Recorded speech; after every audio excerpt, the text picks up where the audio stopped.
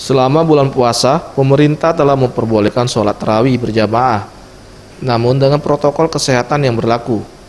Ketua PWNU Sumsel, Amiruddin Nahrawi, mengimbau masyarakat agar beribadah di masjid sesuai dengan protokol kesehatan yang berlaku. Kendati saat ini telah diperbolehkan pelaksanaan sholat tarawih, namun pelaksanaannya harus dengan batasan, guna mencegah penyebaran virus COVID-19. Dirinya menambahkan selama berpuasa, hendaklah untuk selalu menjaga kesehatan, serta berdoa agar pandemi COVID-19 ini cepat berlalu.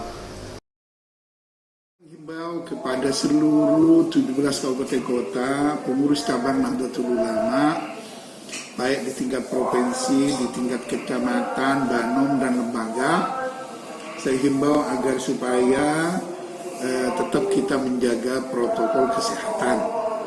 Artinya perlu kita agar supaya tidak kena COVID, walaupun pemerintah sudah memberikan sinyal untuk bisa salat berjamaah tarawih di masjid, di musala, di langgar. Tim Liputan Sriwijaya TV.